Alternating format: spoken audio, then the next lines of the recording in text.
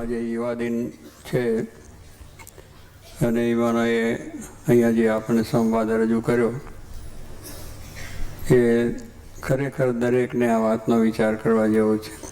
ઘરનો પ્રશ્ન છે. દરેકના ઘરમાં કંઈક આવું રહે છે, હોય છે, આવે છે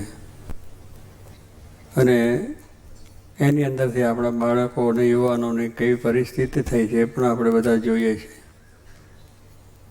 એટલે આજે વિજ્ઞાન જે વધ્યું છે એને આપણે વધાવીએ છીએ કે સારું છે, એમાં ખોટું નથી, પણ એ વિજ્ઞાને જેટલી સગવડો સુવિધાઓ આપણને આપી છે એથી આપણે સુખી થવા પ્રયત્ન પણ કરીએ છીએ, પણ એની સાથે સાથે વિજ્ઞાનથી આજે એટલું બધું ખરાબ પણ આપણને મળે છે. અશ્લીલ ચિત્રો, અશ્લીલ કેસેટો, અશ્લીલ ટીવી, બીજું ત્રીજું બધું જુઓ તો એની અંદર એ છે. એટલે એને રોકી શકાય એવું નથી. કાયદાથી નહીં રોકાય, કોઈથી નહીં રોકાય. માણસે જ પોતે માણસ બનશે તો એ સુધરી શકે એવું છે. માણસ જ્યાં સુધી પશુ જેવો રહેશે ત્યાં સુધી એ સુધરવાનું નથી. કારણ માણસને એમાં ઈચ્છા છે, પાછળ ગાંડો થઈ જાય. જોઈએ ને આપણે હમણાં છોકરાઓ કેટલા ગાંડા, બસ ચેન જોઈએ છે. ચેન શું તારા બાપાને પૂછ, દાદાને પૂછ, કેટલું ચેન કર્યું એમને. એનો વિચાર કરે કે આપણા વડવાઓ, આપણા બધા જે આદર્શો આપણા ભારતના જે સંસ્કારો એના વિચારો કરો. આ તો અત્યારે ચેનની વાત કરે. ચેનમાં તો બીજું શું થાય? સારા લુગડા પહેરવા, નાચ ગાન કરવું, દારૂના બાટલા પીવા, ખોટા પેપર લખી અને પૈસાને બધું ધૂળ ધાણી વાપાણી થઈ જાય. આ ચેન કહેવાય? ચેન નથી. એને વિનાશનો માર્ગ છે. એ માર્ગે જેટલા ચાલીશું એટલા આપણે બધા ડૂબવાના છે. એટલા માટે જ આપણા શાસ્ત્રોએ આપણે રોકે છે. મહાન પુરુષો આપણે રોકે છે કે આપણો માર્ગ ભગવાનનો માર્ગ છે, ધર્મનો છે, આધ્યાત્મિક માર્ગ છે. એટલે વિજ્ઞાને એ બધું કર્યું છે ખરું, પણ એવો માર્ગ એમને બતાવ્યો નથી. વેગ આપ્યો પણ માર્ગ નહીં. આપણા શાસ્ત્રોએ, આપણા મુનીષોએ આપણને માર્ગ આપ્યો છે, દિશા બતાવી દીધી છે કે આ દિશા આપણે માટે સાચી છે. જેમ પ્લેનવાળો ઉડે છે તો પ્લેનને પહેલેથી દિશા આપવામાં આવે છે એક પાયલોટને. આ તો એ દિશા ઉપર એ જાય, કાંટો મૂકી દીધો. એવી રીતે આપણે પણ આ શાસ્ત્રોની જે માર્ગ આપ્યો છે, વેગ મળે છે કે બહુ સારું બધું સુવિધાઓ, બધી સુવિધાઓ પડી જાય, પણ એની અંદરનું જે મુખ્ય તત્વ જે જોઈએ છે તત્વ નથી. આપણે એને ખોઈએ છીએ અને એનાથી દૂર જઈએ છીએ. જે આધ્યાત્મિકતા, જે આપણા સંસ્કારો, જે આપણો આવો મહાન ભગવાન રામ કૃષ્ણ બધા આવી ગયા, ગીતા, ભાગવત, રામાયણ ગ્રંથો, ભગવાન સ્વામિનારાયણ વચનામત આપ્યા કે આપણું જીવન એકદમ ચેન્જ કરવાનું છે. વિચારોની જે વાત કરી ભાઈ કે વિચારો આપણા બદલી નાખવાના છે. ચેન્જ મોટામાં મોટો એ જ કરવાનો છે. અત્યારના જમાનાની અંદર બધું સારું લાગશે પણ ઝેર. ગુણાત્યાન સ્વામી એક વાત કરી કે ઝેરના લાડવા ખાતા સારા લાગે. લાડુ એવા સરસ બનાવ્યા હોય, ઘી પેલું તેલ, એલચી બેલચી નાખીને ભાઈ ફર્સ્ટ ક્લાસ રીતે બનાવ્યા હોય. એક ખવાય તો બે ખવાય, બે ખવાય તો ચાર ખવાય, એવા સરસ બનાવ્યા હોય. અને હોંશે હોંશે ખાઈએ ખરા કે જ્યારે બહુ સારા લાગે, સ્વાદિષ્ટ લાગે છે. બેને ચારને ચાર આઠ ખાઈ જાય એવી એની અંદરનું સ્વાદિષ્ટ આપણને લાગે. પણ પછી જેમ અંદર ગયા અને જ્યારે એ બધી ક્રિયાઓ અંદર થવા માંડી પછી શું, એમાં ઝેર જે નાખ્યું છે, ઝેરનું આખા શરીરમાં પ્રસારણ થાય. અને પ્રસારણ થાય એટલે પછી શું થાય? ખલાસ. આપણું જીવન જ ખલાસ થયું. દેહ પછી પડે જ. ઝેરથી માણસ મરવાનો છે. એમ અત્યારે આ બધું આપણને લાગે છે સારું, પણ જો ઊંડો વિચાર કરીએ તો એ આપણે વ્યવહાર કરવો છે, સંસાર કરવો છે, નોકરી ધંધો વ્યવસાય જે છે, રાજકીય સામાજિક કાર્યો છે, ધાર્મિક કાર્યો બધા કરવાના વાત છે. પણ એની સાથે આપણે જે આધ્યાત્મિક વિચારો છે એ આપણે મેળવવાના છે કે આપણે જીવન કેવું બનાવવું છે કે જે જીવનથી આપણા જીવનથી બીજાને શાંતિ થાય, આપણા વિચારોથી બીજાને સારો લાભ થાય, દુનિયાનો થાય, દેશને લાભ થાય, સમાજને લાભ થાય, એવું આપણું જીવન. જે આપણે મહાન પુરુષો આચાર્યો જીવન જીવ્યા છે એ કેવી રીતનું કે લોકોને શાંતિ મળે. લોકોને સારી રીતે પોતાના સંસાર વ્યવહારનો કાર્ય કરી શકે એવી રીતનો એમના જીવનમાંથી પ્રેરણા મળે. અને એ જીવન સાચું છે. આજનું જીવન છે એ નકલી છે, એમાં કોઈ લાભ થતો નથી, પણ આનંદ એક જાતનો મસ્તી, બસ દારૂ પીધો એટલે ગલફાન. હવે એ નહીં ઘરના, નહીં ઘાટના, નહીં કોઈ જાતના સમાજના અને રાષ્ટ્રના કંઈ રહેતા નથી. એટલે રાષ્ટ્રને માટે પણ મોટું જોખમ થશે જો આવું બધું થશે તો. એટલે બધાએ જાગૃત થવાનું છે. આપણને જે ઉપનિષદની વાત કરે છે કે ભાઈ ઉઠો, ઉષ્ટિસ્થ એટલે ઉઠ. હવે ઉઠાડે છે અને સાથે સાથે એમ નથી કે ઉઠ એટલે ઊભો રહેવાનું નથી, ઉઠ એટલે ઊભો રહ્યો પછી આમ. તો ઉઠવાનું એટલા માટે કહે છે ને ઉઠવાનું એટલે મારે બસ આમાં ઊભું રહેવાનું થાય. ઉષ્ટિસ્થ જાગ્રત, પાછો જાગ્રત કરવાની વાત કરે. જાગ્રત એટલે તું તારા આત્માની ખોજ કર, તારું જીવન સુંદર કેમ બને એની તું તપાસ કર. કારણ કે આપણે એવા બનવું છે કે જેથી કરીને અનેકને લાભ થાય, વસ્તુ પ્રેરણા મળે એવી જાતનું જીવન.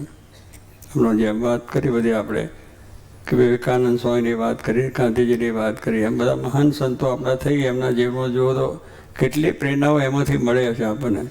હવે એ પ્રેરણાઓને મૂકીને આવી ધમાલિયાની પ્રેરણાઓ લેવાની. ધમાલ ધમાલ ને ધમાલ, બીજું કાંઈ નહીં.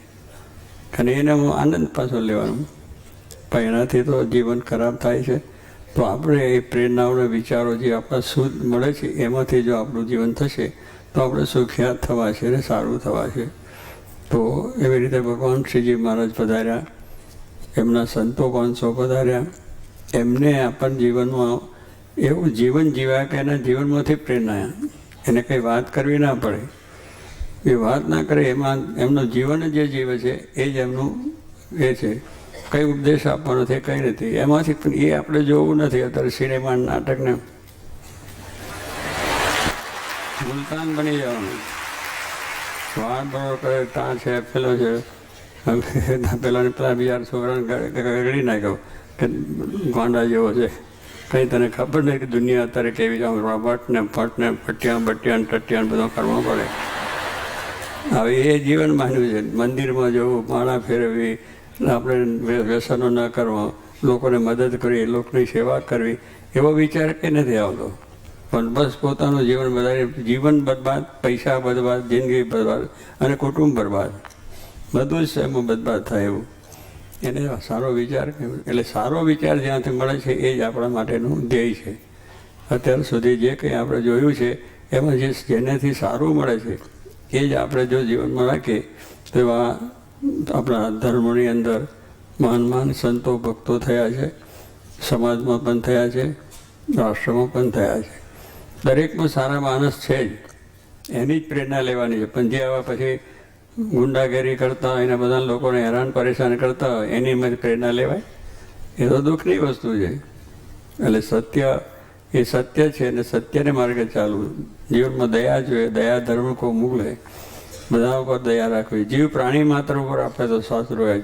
જીવોને પણ ખોટી રીતે મારવા નહીં, એને જીવવા દો. આપણે એને જીવન, આપણે આપણું જીવન શું છે માણસનું, કે આપણે જીવન બીજા પણ જીવે, એ આપણો ધ્યેય હોવો જોઈએ. ના તો બીજા મરે તો ભલે મરે, પણ હું તો જીવી, પણ તું જીવીશ તો એકલો શું કરવાનો છે? તારે મરવાનું છે. એટલે બધાને આપણે જો સહકાર આપીએ તો એમાંથી આપણો પણ સહકાર મળી રહે છે. એવા વિચારો આપણને આપણા સાથે. એટલે અત્યારે બધું વાંચો, અભ્યાસ માટેનું જ વાંચો. અભ્યાસમાંથી જેવો લાભ થતો હોય એવું જે સાહિત્ય વાંચો. એવી રીતનું જે કંઈ તમને વિજ્ઞાનથી મળતું હોય એમાંય પણ તમે કરો. એમાં સારા ક્લાસીસ આવતા હોય, બીજું ત્રીજું આવતા હોય.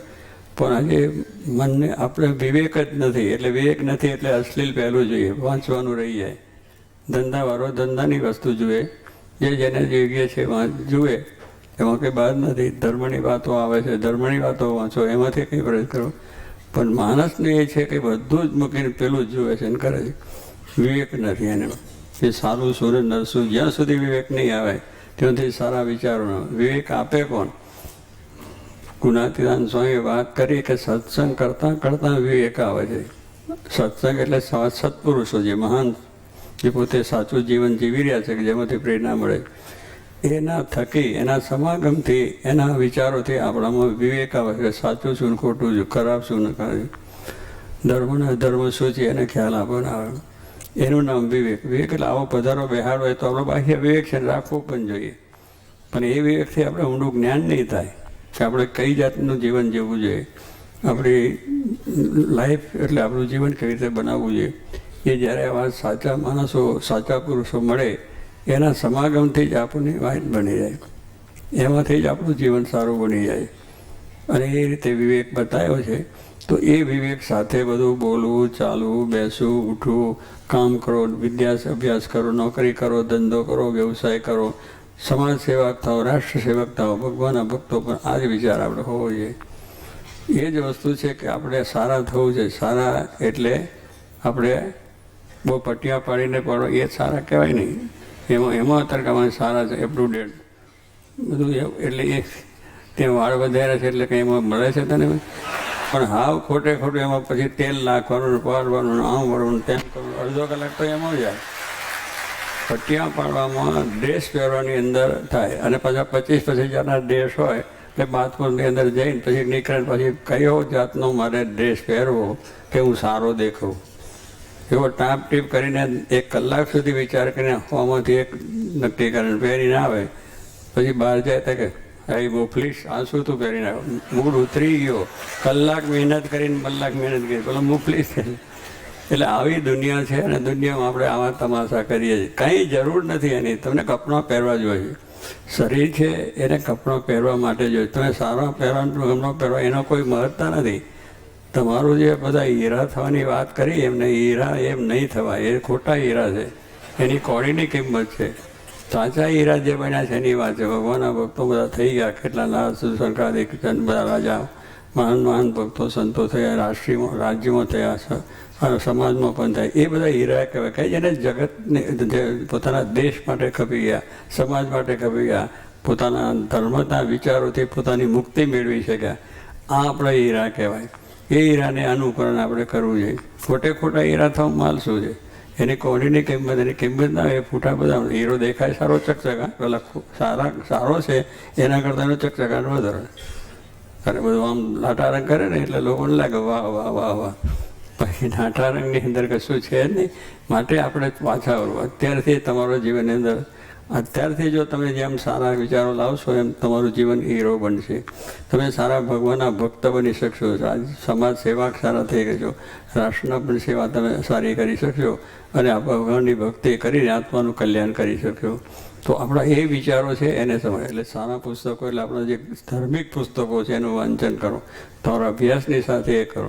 વેપાર કરતા હોય તો પણ એની અંદર ધાર્મિક પુસ્તકો, મંદિર છે, કથા છે, પાઠ પૂજા છે એ કરો. એમાંથી સારા વિચારો સારું. તમારા ધંધામાં શાંતિ આવે છે.